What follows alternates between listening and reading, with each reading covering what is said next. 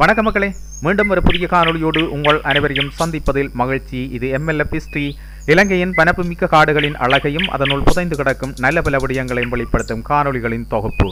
என்னுடைய இந்த MLF history சேனலை சப்ஸ்கிரைப் செய்து ஆல் அண்ட் ஆப்ஷனை கொடுத்து வச்சிங்கன்னு சொன்னால் நான் பதிவிடுகின்ற எல்லா காணொளிகளும் உங்களை நோட்டிஃபிகேஷன் வடிவில் வந்து சேரும். அந்த நோட்டிஃபிகேஷனை கிளிக் பண்ணினீங்கன்னு சொன்னால் இந்த காணொளிகளை நீங்கள் பார்க்கக்கூடியதாக இருக்கும். அதனூடாக உங்களுடைய அன்பும் ஆதரவும் எனக்கு தொடர்ந்து கிடைக்கும். அதனூடாக நான் இன்னும் பல புதிய நல்ல காணொளிகளை பதிவிட வாய்ப்பாக அமையும்.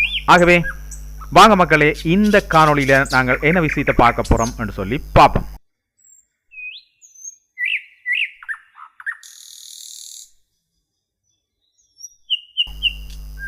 இந்த காணொலியை ஸ்கிப் பண்ணாமல் தொடர்ந்து பாருங்கள். இதில் நல்ல அழகான விஷயம் ஒன்று பார்த்துருக்கிறோம். இப்போ உங்களுக்கு காட்சியில் பார்க்கக்கூடியதாக இருக்கும் ஒரு குளப்பகுதி, ஒரு சிறிய குளப்பகுதி, காட்டுக்கரையில் அமைஞ்சிருக்கிற ஒரு குளப்பகுதி, நல்ல அழகாக இருக்கிற ஒரு குளம். இந்த குளத்தினுடைய பண்டால தான் இப்போ நான் நடந்து போய் கொண்டிருக்கிறேன். அதாவது பண்டன்னு சொல்கிறது அணைக்கட்டு. இந்த அணைக்கட்டு வழியாகத்தான் நடந்து போய் கொண்டிருக்கிறேன். இந்த காணொலியை பதிவு செய்யக்குள்ள கிட்டத்தட்ட ஒரு 7 மணி இருக்கும், காலை 7 மணி இருக்கும். இந்த காட்சிகளை நான் பதிவிடைக்குள்ள காட்சிகளை பார்த்தீங்கன்னு சொன்னால் அழகாக இருந்தது. அதை அப்படியே பார்த்துக்கொண்டு அந்த அணைக்கட்டு வழியாக நான் வந்தேன். வரைக்குள்ள தான் ஒரு விஷயத்தை கவனித்தேன். இங்கே பாருங்க மக்களே, என்ன நடந்திருக்குன்னு சொன்னால் இந்த காட்டுப்பகுதிக்குள்ளே இருந்து இந்த குளத்தில் தண்ணி குடிக்கிறதுக்காக சில பேர் வந்திருக்கணும். அவையில் நிச்சயமாக உங்களுக்கு காட்டணும். இங்கே பாருங்கள், இந்த கால் தடங்களை பாருங்கள், எந்த பெரிய கால் தடங்கள் மக்களே. இந்த கால் தடங்கள் இவ்வளோ பெருசாக இருந்தால் இந்த யானைகள அளவு எந்த பெருசாக இருக்கும் மக்கள். இங்கே பாருங்க மக்களே, இந்த கால் தடங்களை பாருங்க. இதில் ஒரு கால் தடம் இருக்குது, நிறைய கால் தடங்கள் இருக்குது. இங்கே பாருங்க, கிட்டத்தட்ட ஒரு பெரிய மரம் ஒன்று புதஞ்சது போல் அவ்வளோ பெரிய கால் தடமாக இருக்குது. நான் நினைக்கிறேன் இதில் கணவர் இறங்கி வந்து நின்று இதுக்குள்ள தண்ணியை குடிச்சிருக்கணும்னு நினைக்கிறேன். தும்பிக்கையால் குடிச்சிருப்பேன். உங்களுக்கு தெரியும் தானே இந்த பாதச்சுவடுகள் ஆற்றியன்னு பார்த்தீங்கன்னா யானைகளுடைய பாதச்சுவடு. இந்த காட்டுக்கரையில் இருக்கிற குளம் மண்டபடியாக அவையில் ஈஸியாக வந்து தண்ணியை குடிச்சிட்டு போயிருக்கணும். நல்ல புல்லும் வளர்ந்து போயிருக்குது. இந்த பண்டை பார்த்தீங்கன்னா அணைக்கட்டை பார்த்தீங்கன்னா அதன் கீழ்ப்பகுதியில் நல்ல அழகாக இருக்குது, புட்கள் வளர்ந்து போயிருக்குது.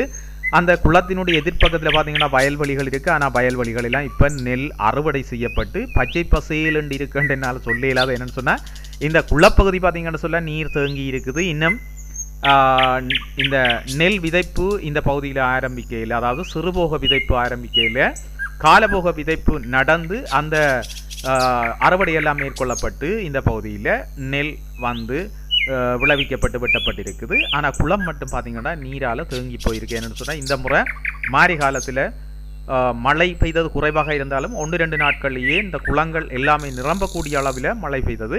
அதோடு பார்த்தீங்கன்னு சொன்னால் அதுக்கு பிறகு, அதாவது இந்த ஜனவரி மாதத்துக்கு பிற்பாடு பார்த்தீங்கன்னு சொன்னால் ஏனைய வருடங்களில் மழை வந்து குறைவாக இருக்கும், மழை வீழ்ச்சி குறைவாக இருக்கும். ஆனால் இந்த வருஷத்தில் பார்த்தீங்கன்னா மிகவும் கூடிய மழை வீழ்ச்சி வந்து காணப்பட்டது. தொடர்ந்து பெய்து கொண்டே இருக்குது. இந்த 3ஆம் மாதம் கடந்தும் மழை பெய்து கொண்டு இருக்குது. பார்த்தீங்கன்னா தெரியும். இந்த குளத்தை பாருங்க மக்களே, மிக அழகாக இருக்குது. நிறைய தண்ணி நிற்கிது.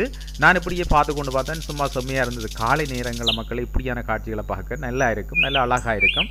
பாருங்கள், அந்த வானத்தின் அந்த தெளிவான வானம், சில முகில்கள் இருக்குது, அதன் ரிஃப்ளெக்ஷனை பாருங்கள். அதாவது அதில் பிரதிபலிப்பு அந்த தண்ணியில் எவ்வளோ செம்மையாக இருக்குது மக்களே. சும்மா பார்க்க நல்ல இனிமையாக இருக்கும். நாங்கள் இந்த சுற்றுலான்னு சொல்லிக்கொண்டு நீண்ட தூரத்துக்கு காசுகளை செலவழித்து நாங்கள் வாகனங்களை பிடிச்சி எங்களுடைய குடும்பத்தை கூட்டிக் கொண்டு அங்கே இங்கேருந்து போவோம். ஆனால் இப்படியான காட்சிகளை நாங்கள் மறந்து போயிடுவோம். கிட்ட எங்களுடைய சுற்றாடலை சூழ தான் இந்த காட்சிகள் இருக்குது. இது பார்த்தீங்கன்னு சொன்னால் நான் ஒரு எங்களுடைய மாங்குளம் பகுதியில் தான் இந்த காட்சிகளை பதிவிட்டேன். அதாவது மாங்குளத்திலேருந்து முல்லைத்தீவு போகிற பாதையில் பார்த்தீங்கன்னு சொன்னால் இந்த காட்சிகள் வந்து மிக இனிமையாக இருந்தது. நாங்கள் இந்த பகுதியில் என்ன செய்யணுமெண்டா மக்களே, நாங்கள் இந்த சுற்றுலா மேற்கொள்ளைக்குள்ள இப்படியான பகுதிகளுக்கு போகணும். இங்கே வந்து எந்த டிஸ்டர்பன்ஸும் இருக்காது. அதாவது இந்த அமைதியான ஒரு பகுதியாக இருக்கும், மிக இனிமையாக இருக்கும். நாங்கள் குடும்பத்தோட போய் ஒரு இடத்துல இருந்து சமைச்சு சாப்பிட்டு நாங்கள் ஆறுதலாக இருந்து எல்லாரோடையும் சந்தோஷமாக இருந்து இந்த காட்சிகளையும் பார்த்து அதன் ஊடாக நல்ல சந்தோஷத்தை பெறக்கூடியதாக இருக்குது. இது பார்த்திங்கன்னா அந்த முன்பகுதி, அதாவது குளத்துக்கு முன்பகுதியில் நல்ல புல் வளர்ந்திருந்தது. அதோட அந்த புட்களை பார்த்தீங்கன்னு சொன்னால் நல்ல பச்சை பசையிலண்டு இருந்தது. அதையும் உங்களுக்கு காட்டணும்னு சொல்லி தான் படம் எடுத்தேன்.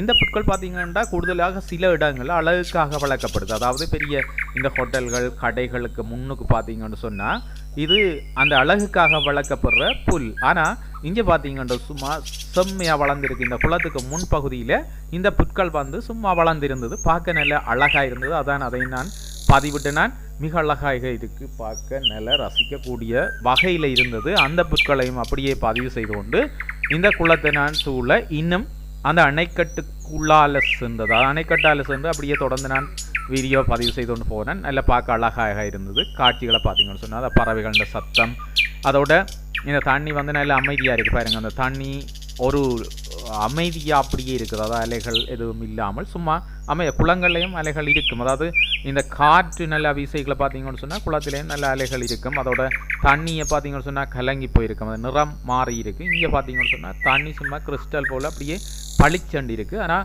ஒரு விஷயம் மக்கள் என்ன சொன்னால் இந்த காலமே அந்தபடியாக ஒரு குறிப்பிட்ட அளவு பனி பெய்து கொண்டு இருந்தது. அதால் பார்த்தீங்கன்னா உங்களுக்கு தூரத்தில் தெரியும் அந்த புகார் போல் இருக்கிறது வந்து பனி பெய்து கொண்டு இருக்கிறபடியாக கொஞ்சம் புகாராக இருந்தது. ஆனால் காட்சிகள் நல்ல அழகாக இருந்தது. மரம் உங்களுக்கு தெரியும் என்ன மரம்னு சொல்லி, இது மதுரை மரம்னு சொல்கிறது. இந்த மரங்கள் கூடுதலாக இந்த தண்ணி இருக்கிற பகுதிகள், அதாவது நீர் தேங்கி இருக்கிற பகுதிகளில் கூடுதலாக இந்த மதுரை மரங்கள் மிக நீளமாக வளர்ந்திருக்கும். இதில் ஒரு சிறப்பு இருக்குது மக்களை. இந்த மதுரை மரம் பார்த்தீங்கன்னு சொன்னால் என்னத்துக்கு பயன்படுத்தப்படுதுன்னு சொன்னால் இந்த கோவில்களில் இருக்கிற தேர்களுடைய சில் மற்றும் ஏனைய அதில் இருக்கிற மரங்கள், அந்த தேருக்கு தேவையான மரங்களுக்கு அநேகமாக இந்த மதுரை மரத்தினுடைய மரங்களை பயன்படுத்துவது என்ன சொன்னால் இது வந்து கொஞ்சம் பலமான மரம், அதோட இதுண்ட பாரம் வந்து குறைவாக இருக்கும். அதாவது இது வந்து பாரம் குறைந்த மரம் ஆனால் பலமான மரம். ஆகவே அந்த கோவில்களில் இருக்கிற தேர்களுக்கு அந்த சிற்பங்கள் செய்கிறதுக்கெல்லாம் இந்த மரத்தை வந்து கூடுதலாக பயன்படுத்தினேன். இது பார்த்தீங்கன்னா அந்த குளத்தினுடைய முன்பகுதியை பாருங்க.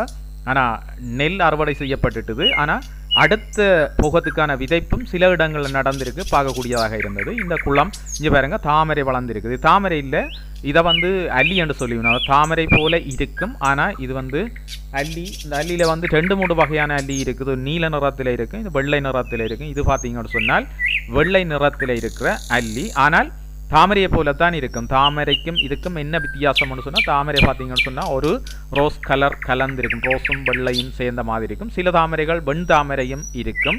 இது வந்து சிவப்பு நிறத்தில் இருக்கிற நான் சொல்கிறது செந்தாமரை. ஸோ இந்த செந்தாமரையை போலத்தான் இந்த அல்லியும். அல்லி வந்து இது வந்து வெள்ளை நிறத்தில் இருக்கிற அல்லி, அதை விட நீல நிறத்திலையும் இருக்கும். ஆனால் இந்த குளத்தில் பார்த்தீங்கன்னு சொன்னால் வெள்ளை நிறத்தில் இந்த அல்லி இருக்கும். இந்த பார்த்தீங்கன்னா நான் சொன்னேன் அந்த நிலம் வந்து பயிரிடப்பட்டிருக்கு, அதாவது அடுத்த போகத்துக்கான விதைப்பு சில இடங்கள் நடைபெற்றிருக்குன்னு சொன்னான். இது ஒரு குறிப்பிட்ட அளவான வயல் நிலங்கள்லாம் விதைக்கப்பட்டிருக்கு. என்னென்னு சொன்னால் இந்த குளம் பார்த்தீங்கன்னு சொன்னால் ஒரு குறிப்பிட்ட அளவு நீரைத்தான் தேக்கக்கூடிய ஒரு குளம்.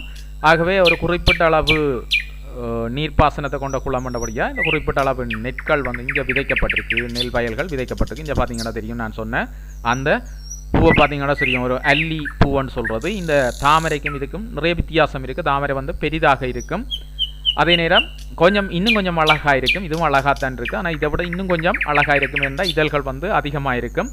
ரோஸ் கலரும் ஏனைய வெள்ளை நிறமும் கலந்து இருக்கிறபடியாக செம்மையாக இருக்கும். அதுபோலவே இதுவும் பார்க்க நல்ல அழகாக இருக்கும். அதாவது உலகத்தில் இருக்கிற எதுவுமே அழகில்லை என்று சொல்கிறதுக்கு இல்லை. என்னென்னு சொன்னால் ஒவ்வொருத்தருக்கு ஒவ்வொரு விதமான ஒரு ரசனை இருக்கும். ஆகவே இதை பார்க்கக்குள்ள மிக அழகாக இருக்குது. காலை நேரத்தில் நல்ல செம்மையாக இருந்தது. அந்த தண்ணியை பார்த்தீங்கன்னு சொன்னால் அப்படியே பளிச்சண்டி இருக்குது, தண்ணியில் எந்த இதுவும் இல்லை. அங்கால பார்த்தீங்கன்னு சொன்னால் அந்த நீரோட்டமும் இருக்குது, தண்ணி வந்து ஓடிக்கொண்டிருக்கிற மாதிரியும் இருக்குது. பார்த்தீங்கன்னு சொன்னால் அந்த சில இலைகள் அந்த மரத்திலிருந்து தண்ணீரில் விழுந்த இலைகள் பார்த்தீங்கன்னு சொன்னால் அப்படியே ஓடிக்கொண்டிருக்குது. அதை பார்க்க செம்மையாக இருக்குது. நான் அதை காட்சிப்படுத்தினேன். இங்கால பாருங்கள், இதுதான் அந்த குளத்தின் முழுமையான தோற்றம்.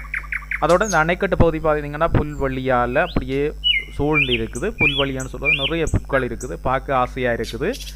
அதாவது புட்கள் வளர்ந்துருந்தால் அந்த குப்பியாக இருக்கும் என்று இல்லை, இது வந்து நல்ல பச்சை பசையிலண்டு, ஏன்னா ஈரழிப்பு இருக்கிறபடியாக பச்சை பசையிலண்டு மிக அழகாக வளர்ந்திருந்தது. நல்ல ஒரு காட்சி, ஒரு காலை நேரத்தில் ரசிக்கக்கூடிய மிக நல்ல காட்சியை இதில் நான் பதிவிட்டிருக்கிறேன். ஆகவே இன்னும் ஒரு காணொலியில் சந்திப்போம் மக்களே. நன்றி, வணக்கம்.